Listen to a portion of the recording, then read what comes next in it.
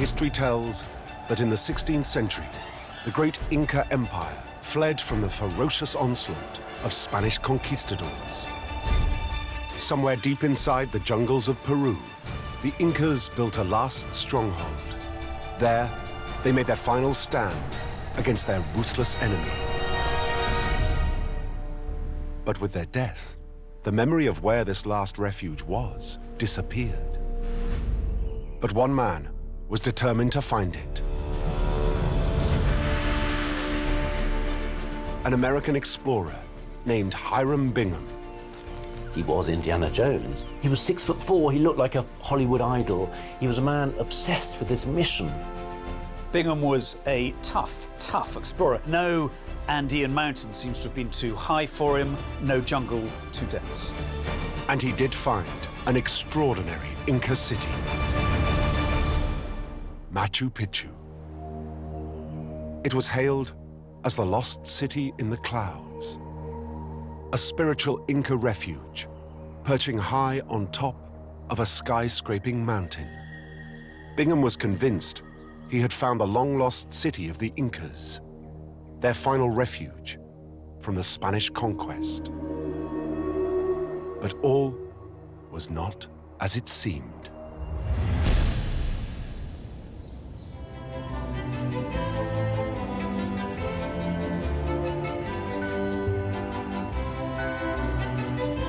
In 1911, there was a young scholar specializing in modern Latin American history at Yale University, USA, Hiram Bingham. But he was no impoverished academic. Bingham was 36 years old, married to Alfreda Mitchell, an heiress to the Tiffany Diamond Empire. They had 6 young sons and lived in a 30-roomed mansion on top of a hill. He was a man who seemed to have all the comforts of life.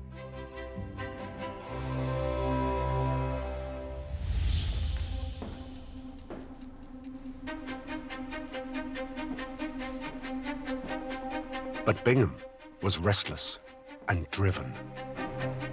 Hiram Bingham had a really compulsive need to become famous, and I think that's because of his family. He was Hiram Bingham III, and I think that's incredibly important because his grandfather, Hiram Bingham I, he was a very powerful, impressive missionary character, and so was his father, Hiram Bingham II. So there's this legacy, this weight on his shoulders that he had to prove himself or do something with his life at the very least. What that something could be, he had absolutely no idea.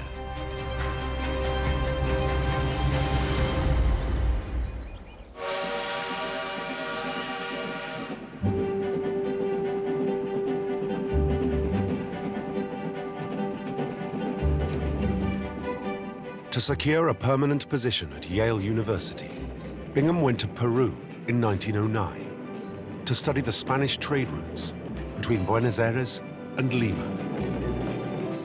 During the journey, he was invited by his guide to see an ancient Inca site high up in the Andes Mountains. It was an event that would change his life.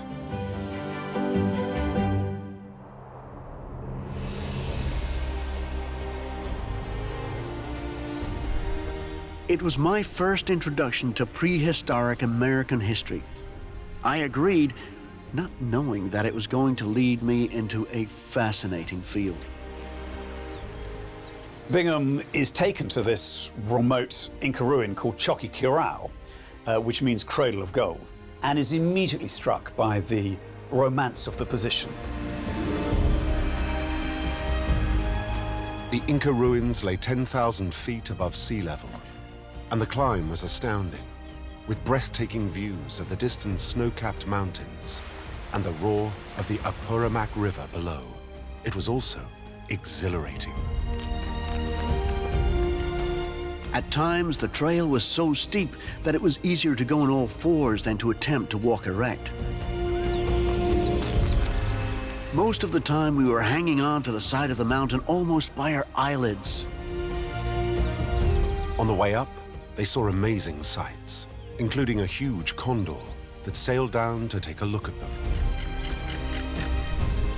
We could not only see his cruel beak and great talons, but even the whites of his eyes. It was an awe-inspiring moment.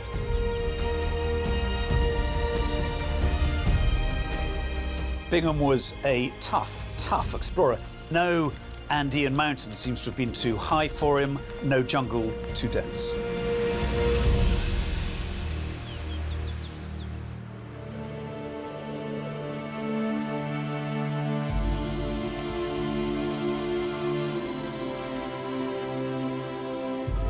Eventually, they reached the Inca ruins on the flattened peak.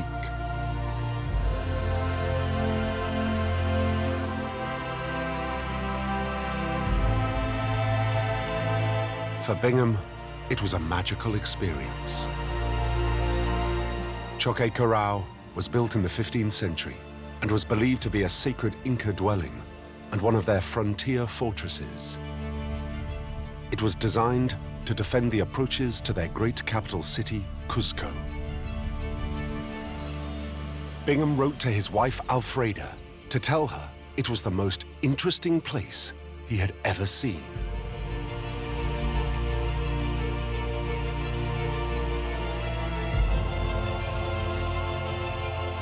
He's amazingly impressed by the remains of Inca architecture because he'd never known about this before. He'd heard of the Incas, but he didn't know that what they'd achieved was quite as impressive as this. Some people see this as a sort of epiphany, you know, this really changes the direction of his life.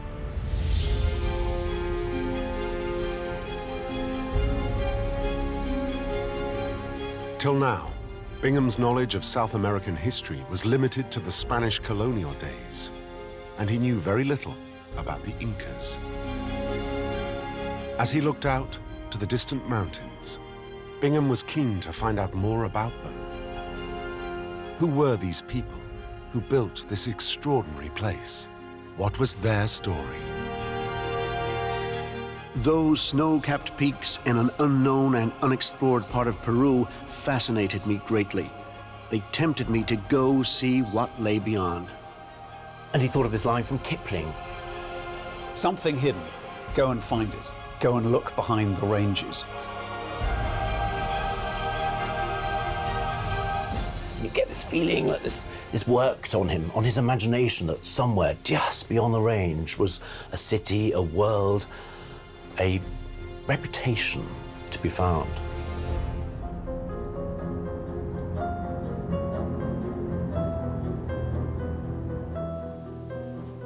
Back in the Yale Library, Bingham began researching the Inca history. He opened the pages of the Spanish Chronicles, a key source on Spain's golden age of discovery, conquest, and colonization of the Americas. He began reading more about the Incas. And of course, even as a non-academic, the story of the conquistadors and the Incas is incredibly exciting.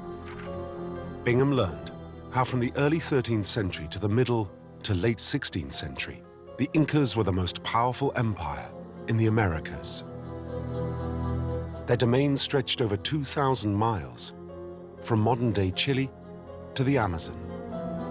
But then came catastrophe.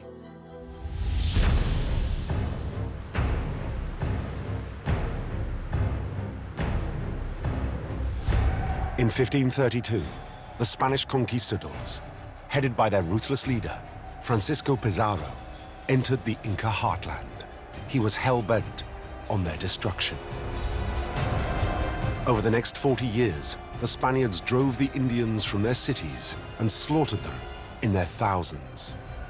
Bingham really is intrigued by the history of the last Incas and what they'd done after the Spaniards arrived.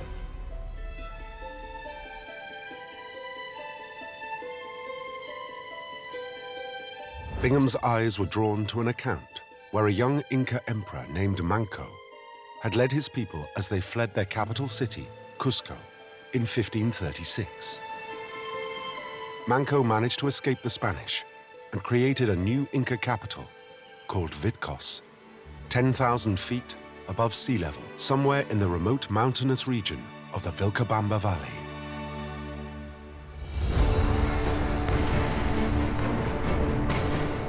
But the Spanish conquistadors were in hot pursuit. and the Incas fled again. This time, the chronicles said, they went down from their mountain homes into the Amazon lowland.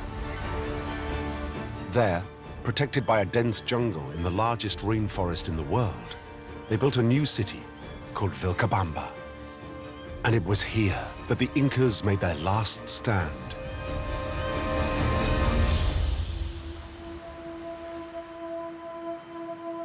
But it was all to no avail.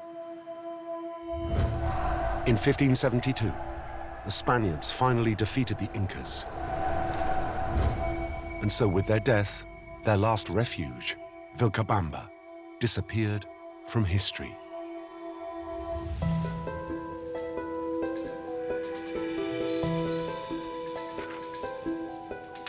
Bingham was transfixed by the story of Vilcabamba. But for all the references of the city, there was one vital clue missing. Nobody, as far as he could see, knew where it was. This appealed to Bingham as a puzzle he could solve himself. Bingham tried to work out where Vilcabamba could be. The Spanish chronicles said it lay 30 miles and 2 long days' journey from Vitcos. But he had no idea even where Vitcos was.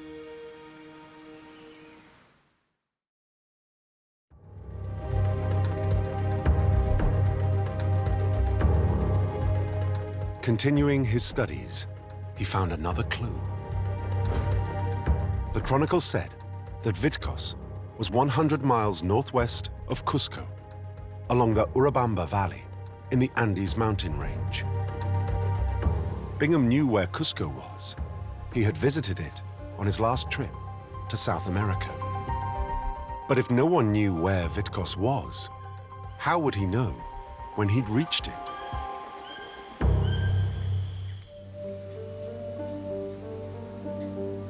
There was a further clue in the Spanish accounts.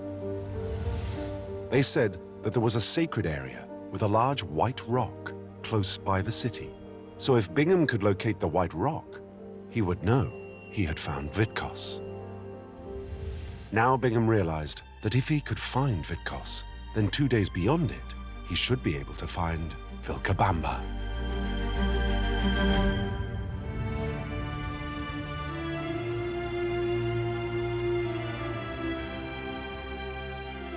This, Bingham thought, would be how he could make his name. He would lead an expedition to find the Incas' last refuge, Vilcabamba. Bingham began to form his team.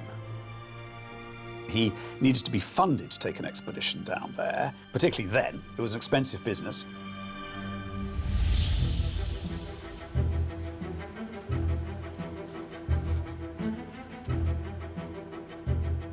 The first thing Bingham did was approach a number of corporations. Businesses specializing in America's outdoor country pursuits offered their support. Abercrombie and Fitch supplied Bingham with an explorer's outfit. He managed to get Winchester to give him a rifle, Kodak to give a camera, and then he turned to his classmates. Bingham estimated that he would need 6 expedition members and that each one would require $1,800 to cover their travel and food expenses. One former classmate heard about his plans and offered him $1,800 if he would take a Yale geologist with him. Bingham snapped up the offer. Others came forward. One was a topographer, another a mountain climbing engineer. Eventually, Bingham got together a multidisciplinary team. So he's got a doctor, a naturalist, geologist, a couple of topographers. So it's a pretty good, well-rounded, versatile team. To pay his own way, Bingham promised to write 4 articles for the fashionable Harper's magazine. But he was still $1,800 short.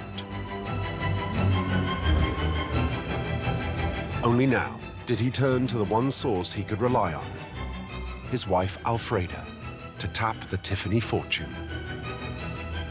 She agreed.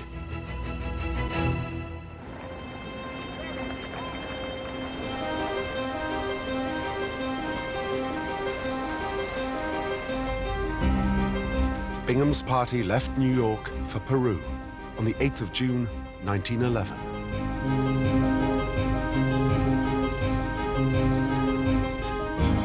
Their destination? The former Inca capital city, Cusco.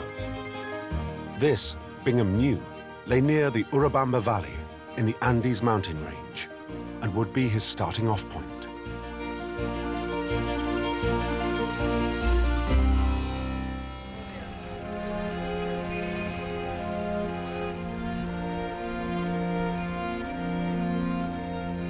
Bingham's expedition arrived in Cusco on the 2nd of July, 1911.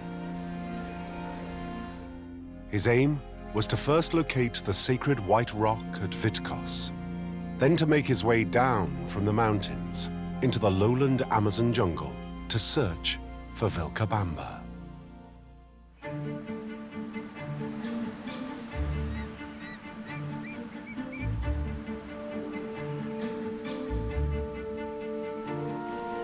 Bingham and his best friend, a naturalist named Harry Foote, set out on the morning of the 19th of July 1911 on their quest for where they believed Vilcabamba could be. The rest of the party were dispatched to carry out geological and mapping surveys of the Andes. So they head off across the high-altitude lands, then descend into the Urubamba Valley itself. And the Urubamba is the famous sacred valley of the Incas, and follow the river along, sort of heading generally in the direction northwest.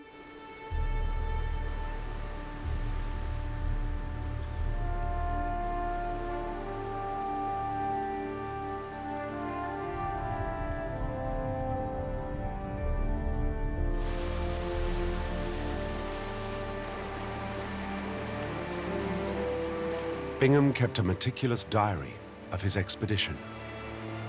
Today, it is regarded as one of the greatest first-hand accounts in the history of exploration. I had entered the marvelous canyon of the Urubamba. Here the river runs through gigantic mountains of granite. I know of nowhere in the world that can compare with it. Bingham writes in the most compulsive way. He's someone with academic authority, and yet he knows how to tell a good story. Not only does it have great snow peaks looming above the clouds more than 2 miles overhead, it also has, in striking contrast, orchids and tree ferns, and the mysterious witchery of the jungle.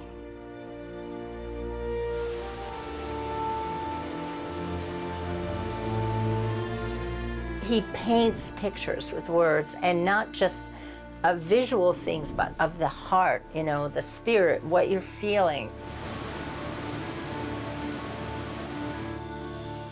One is drawn irresistibly onward by ever-recurring surprises, through a deep and winding gorge, turning and twisting past overhanging cliffs of incredible height.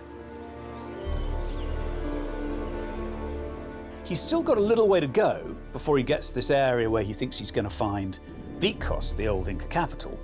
So he's sort of working himself in, working the team in.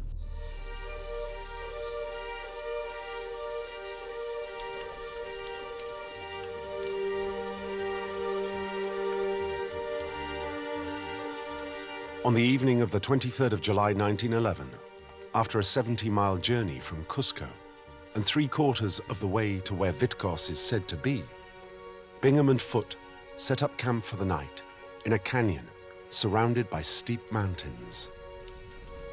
They camp at a place called Mandor Pampa, and they meet a man there called Melchor Arteaga, and he questions him. He says, are there ruins around here? Arteaga told Bingham there were some fine ones on top of the opposite mountain called Huayna Picchu, and also on a ridge called Machu Picchu, or Old Peak. People in Peru were always telling him that if he gave them a bit of money, they could lead him to a ruin. And there was a little bit of sort of won't get fooled again feeling in his team. They had heard ruins were around many times, and they'd gone, it would be one little house or a couple of things.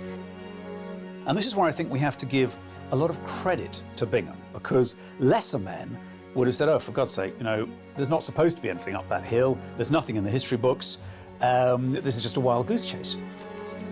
Bingham noted the ruins' names in his pocket diary and arranged for Arteaga to take him there the following day.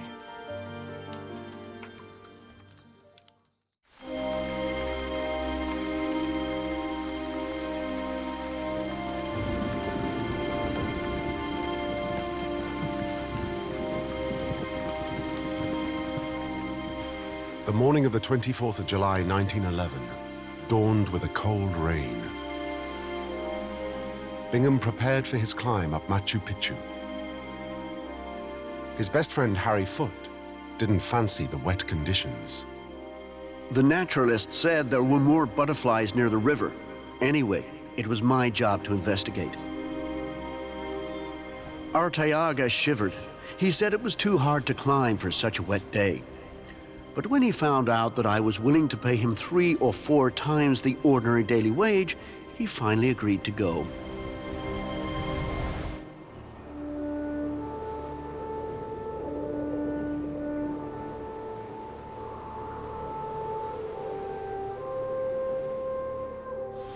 Arteaga and Bingham left the camp at 10 a.m.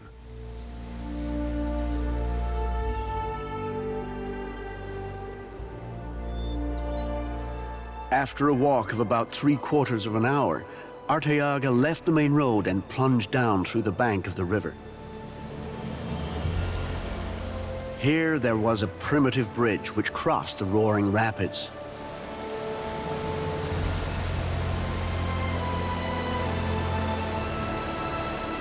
It was obvious that no one could live for an instant in the icy cold rapids, but would immediately be dashed to pieces against the rocks. He said, I admit freely, I was on my hands and knees going really, really slowly across. And all I could think of was, I hope the water doesn't go up because it'll just take the bridge away.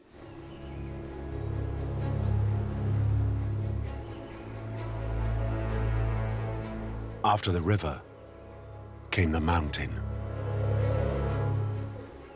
Leaving the stream, we now struggled up the bank through dense jungle.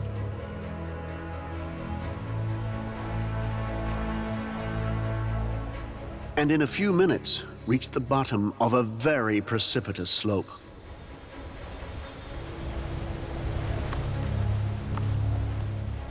For an hour and 20 minutes, we had a hard climb.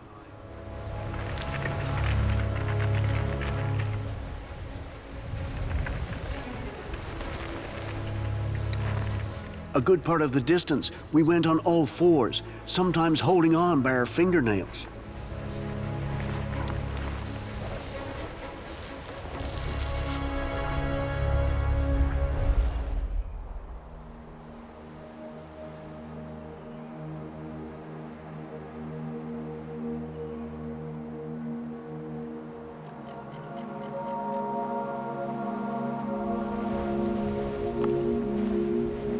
Bingham was now climbing at nearly 8,000 feet.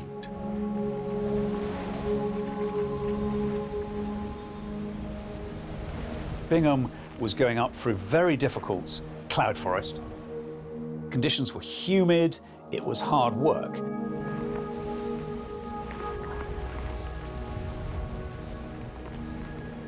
Shortly after noon, just as we were completely exhausted, we reached several good-natured Indians who were pleasantly surprised by our unexpected arrival. It seemed that these Indians had chosen this eagle's nest for their home.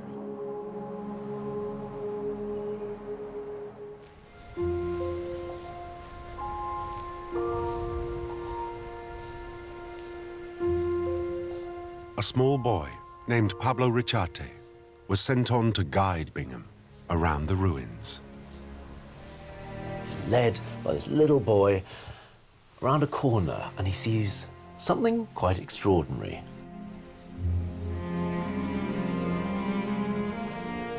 Hardly had we left and rounded the promontory, then we were confronted with an unexpected sight.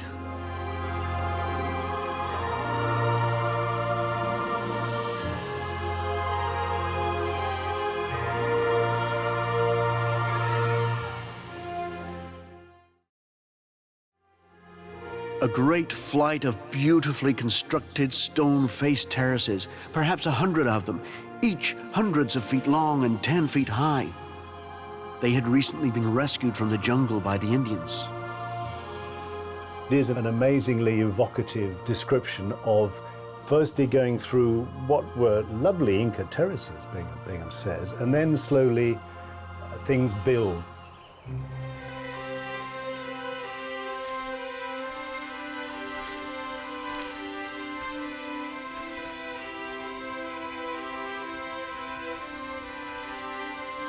From the cleared stonework, he was introduced to another spectacular sight.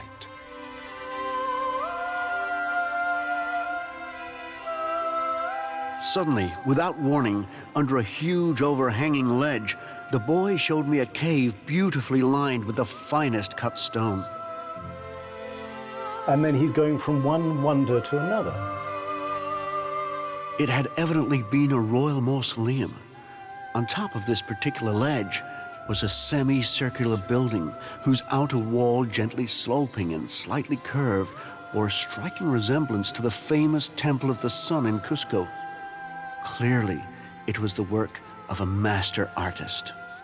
Then there's the temple with the rounded wall, and then cumulatively, the overall effect. Bingham was stunned by its magnificence and realized that this wasn't just some little Inca settlement he has come to see. It seemed like an unbelievable dream. Dimly, I began to realize that this wall and its adjoining semicircular temple over the cave were as fine as the finest stonework in the world. It fairly took my breath away. What could this place be? Why had no one given us any idea of it?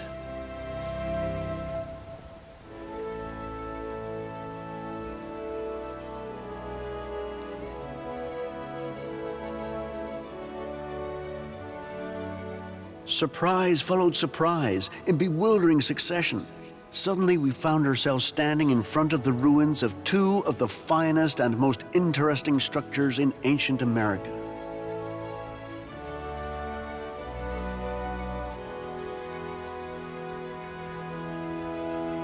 There are cyclopean stones, as he calls them. Stones the height of a human, but beautifully worked with very, very fine granite. On the east side of the plaza was another amazing structure, the ruins of a temple containing 3 great windows looking out over the canyon to the rising sun. Like its neighbor, it is unique among Inca ruins.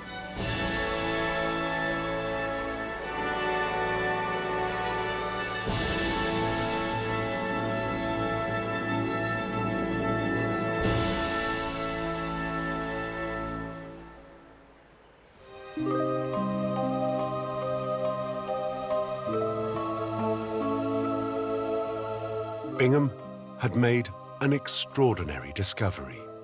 It seemed almost too good to be true.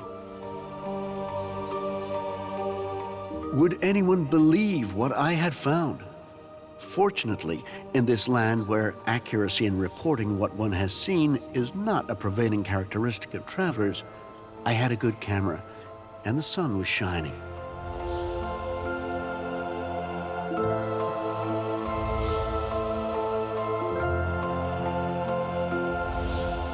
I know that he had a very special Kodak camera that was made for traveling in rugged territory, and the negatives are huge. So the resolution, you know, the detail is really fantastic.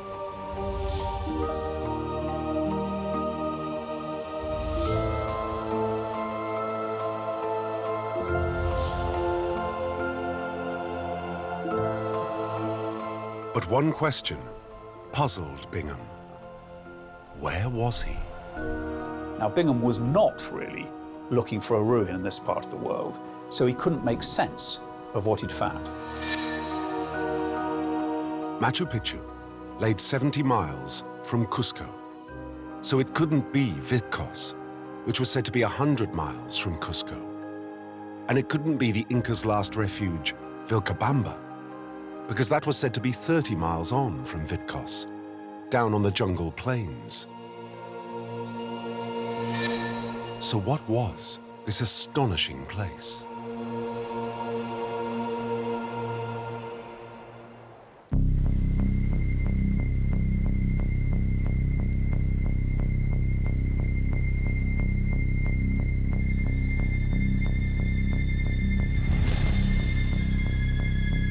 Suddenly, Bingham's eye focused on some charcoaled graffiti on a rock of the three-windowed temple. Lizarraga, 1902. His blood ran cold. Bingham was a man who wanted to make a name for himself, and he was pulled up short. He suddenly saw this graffiti. Had some scholar got there first? Bingham wrote the name Lizarraga 1902 in his diary and prayed it wasn't another explorer. Maybe he'd been picked to the post. Maybe this wasn't really a discovery at all.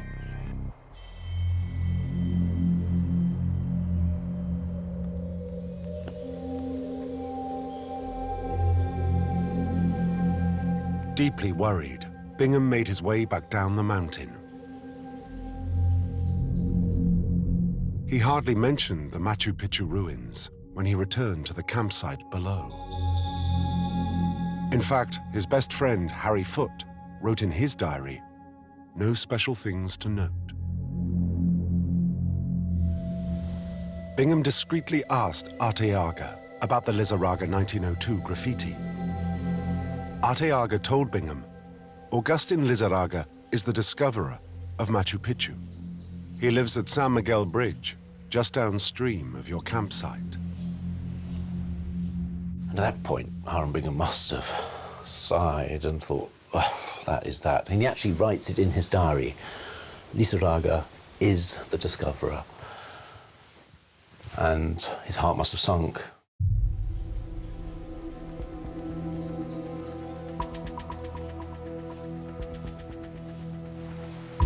Bingham was horrified and set off to find the mysterious Lizarraga. But when he got to San Miguel Bridge, Augustin Lizarraga was not at home. So Bingham spoke to his brother, Angel. Angel told him that the ruins were known in the valley and parts of it were cultivated by farmers. His brother was one of those farmers. Bingham relaxed. Lizarraga wasn't a rival academic after all.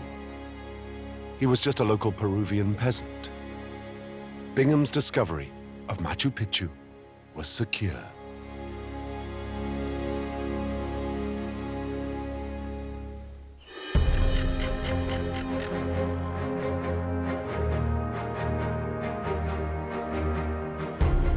The very next day, he set off on another long journey to search for the last refuge of the Incas, Vilcabamba.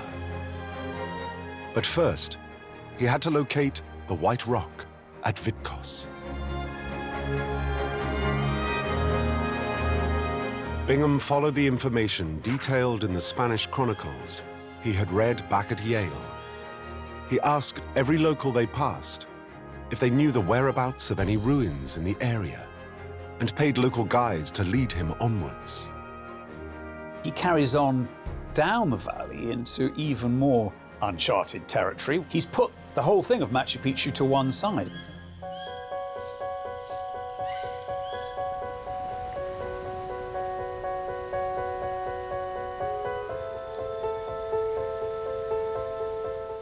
"15 days after encountering the ruins of Machu Picchu, Bingham came across the sacred White Rock, mentioned in the chronicles as being close to the Incas' capital city, Vitcos.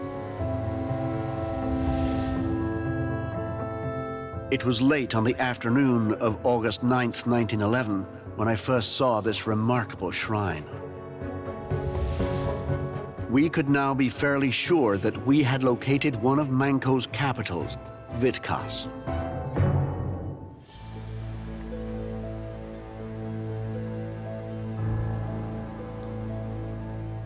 If Bingham had found the ruins of the former Inca city, Vitcos, it meant that he had to be on the right track. and close to completing his objective, finding their last refuge, Vilcabamba. The Chronicle said it was a long 2-day journey from Vitcos. By now, Bingham's blood is up. I mean, he realized that these ruins are toppling over like 9 pins. You know, he's found Machu Picchu, he's found Vitcos, and there's one final place he wants to find, which is a place where the Inca emperor and the exiles escaped to if the Spanish ever came looking for them.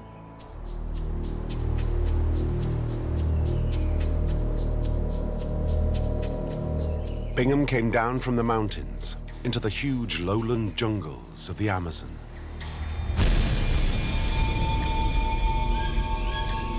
This was now a very different world to the ethereal mountaintops of Machu Picchu.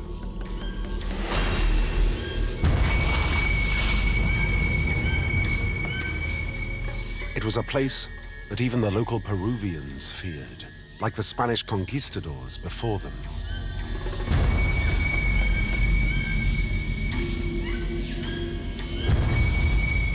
One of our informants said the Inca city was called Espiritu Pampa, or the Plain of the Ghosts, to be reached only by a hard trail passable for barefooted savages, but scarcely available for us unless we chose to go on our hands and knees.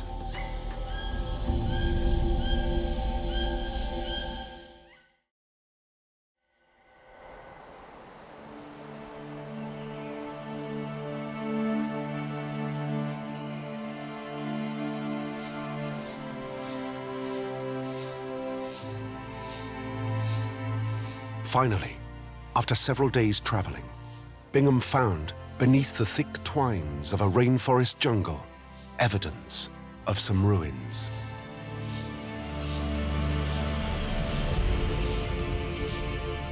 To his excitement, the locals called it Espiritu Pampa. Even better, they also called it Vilcabamba.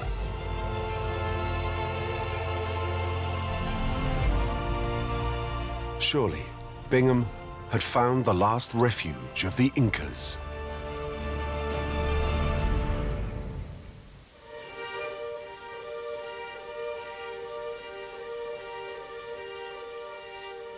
But as he set to work, he came across something very puzzling. The few buildings he had found were clearly Inca, but their stonework was rough and inferior. Bingham searched for more extensive ruins, but failed to find anything substantial. Bingham wrote in his diary, After several days digging, ruins well scattered, long hard job to clear ruins, hardly worthwhile.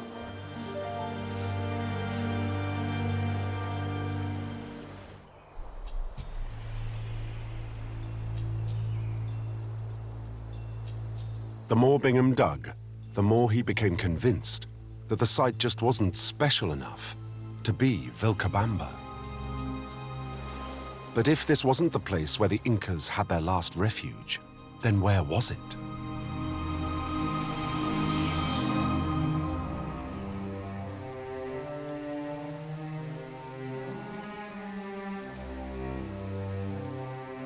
Slowly, Bingham started to reconsider the evidence.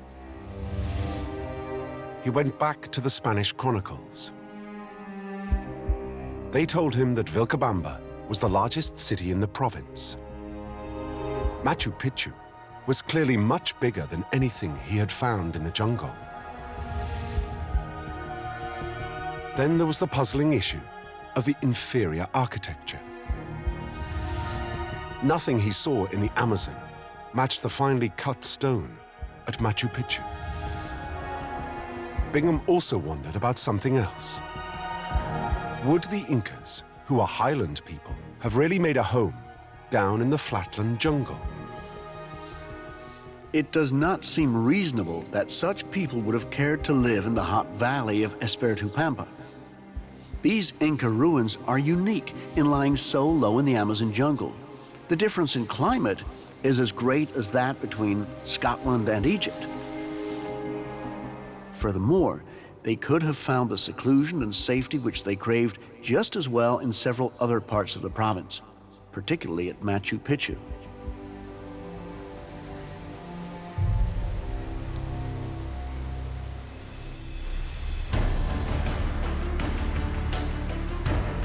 Now he began focusing on another issue. The chronicles stated that the city of Vilcabamba lay 2 days' march from Vitcos. So did Machu Picchu, albeit in a different direction. Machu Picchu was roughly 2 days from Vitcos if you walked across, and he did it. He walked from Vitcos across back to Machu Picchu directly. An idea slowly began to dawn on him.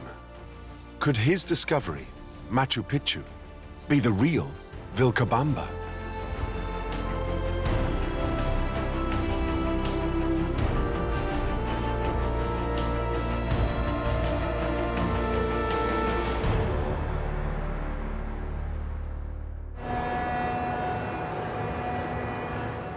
Bingham returned to America at the end of 1911, determined to prove his case.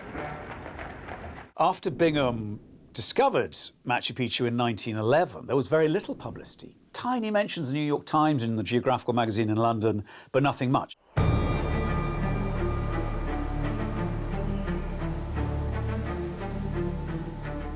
Bingham revisited Machu Picchu in 1912, increasingly convinced it was Vilcabamba, the last refuge of the Incas. He was now head of a major excavation and clearing program, funded by Yale and the National Geographic Society. Looking over the tangled city, Bingham wrote in his diary, Machu Picchu ruins as fine as ever. Very impressive. the material Bingham produced was so impressive that the National Geographic devoted an entire issue of their magazine to his discovery. The owner of National Geographic magazine said, we're going to make Machu Picchu a star, and moreover, Mr. Bingham, we're going to make you a star as well.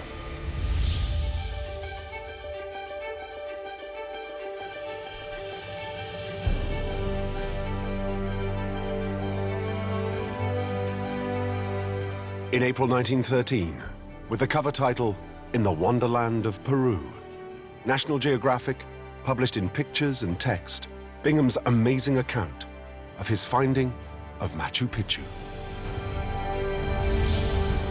The news was a global sensation. The public needed little convincing. Finally, it became accepted that Machu Picchu was Vilcabamba, the Inca's final refuge. And Hiram Bingham's name was made.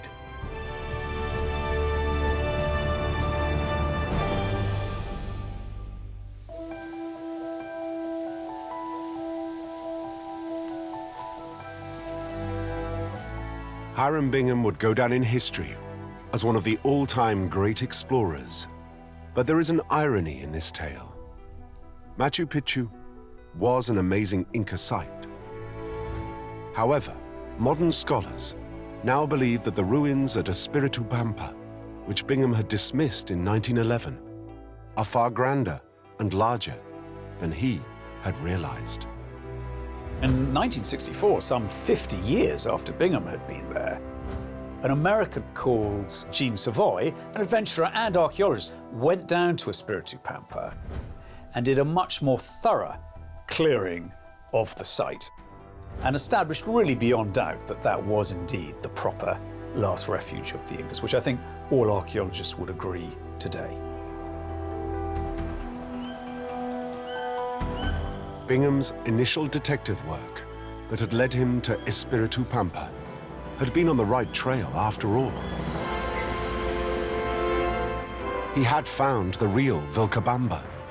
He just hadn't realized it.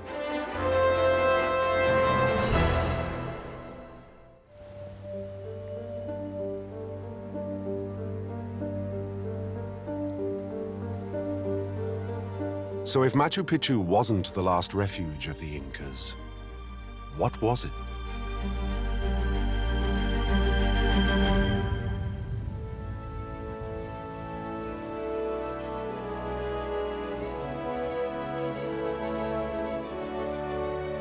Today, Machu Picchu is believed to have been built by the Incas during the expansion of their empire in the mid-15th century, 75 years before the Spanish arrived. It was constructed as a royal estate and served as a sacred and seasonal retreat for the Inca rulers whenever the weather was severe in their capital city, Cusco. Everyone now tends to the view that it was built as a winter palace for an Inca emperor, probably the greatest of them all, Pachacuti. He could come down with his retinue to Machu Picchu, which has a much better climate, and enjoy a fabulous resort-type atmosphere. It was a very exclusive place, which is perhaps why there was no historical record of it. It was a place where an emperor could build his own fantasy creation in the clouds, a sort of Las Vegas, if you like, which, if it didn't have neon billboards, did have this show-off architecture that only an emperor could afford. Scholars now believe Machu Picchu was abandoned by the Incas long before the Spanish arrived in Peru in 1532. Why they left their great winter retreat, however, remains a mystery.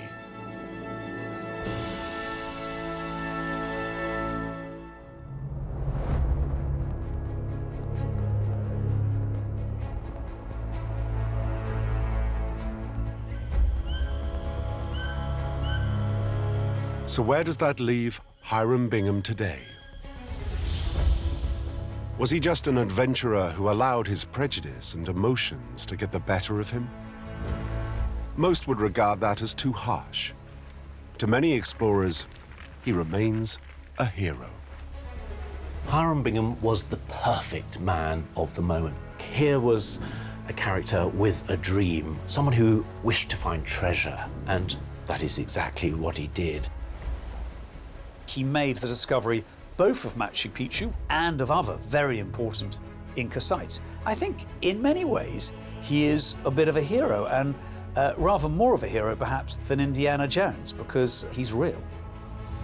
He was the first scientific discoverer, the man who took the time, brought money to the enterprise, who exposed Machu Picchu to the world, literally peeling back that forest and showing us what an extraordinary place it was. I was so happy that he had had the energy and the curiosity and the drive to find Machu Picchu, to rediscover it, to write about it, to make it famous to the whole world so other people could come and really enjoy it. Despite being wrong about Vilcabamba and Machu Picchu, Hiram Bingham is still regarded as one of the greatest explorers of his age. After all, perhaps, he found one of the great wonders of the modern world. The sanctuary was lost for centuries because this ridge is in the most inaccessible corner of the most inaccessible section of the Central Andes. No part of the highlands of Peru is better defended by natural bulwarks. A stupendous canyon whose rock is granite and whose precipices are frequently 1,000 feet sheer. Yet here, in a remote part of the canyon, on a narrow ridge flanked by tremendous precipices, a highly civilized people, artistic, inventive, well-organized, and capable of sustained endeavor at some time in the distant past, built themselves a sanctuary for the worship of the sun.